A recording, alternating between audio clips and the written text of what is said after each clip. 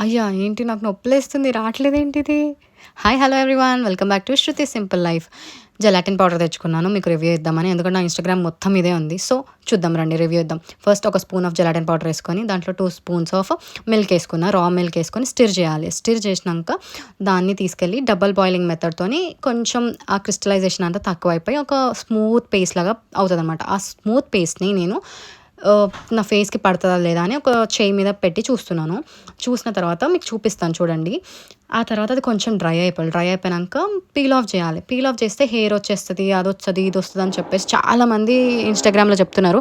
But the true fact is ఏమీ రాదు. అసలేం చిన్న అంటే నాకు మంట గాని చాలా మంటలేసింది గానీ, ఏ స్కిన్ నుంచి నాకు హెయిర్ పోలేదు, ఏం పోలేదు.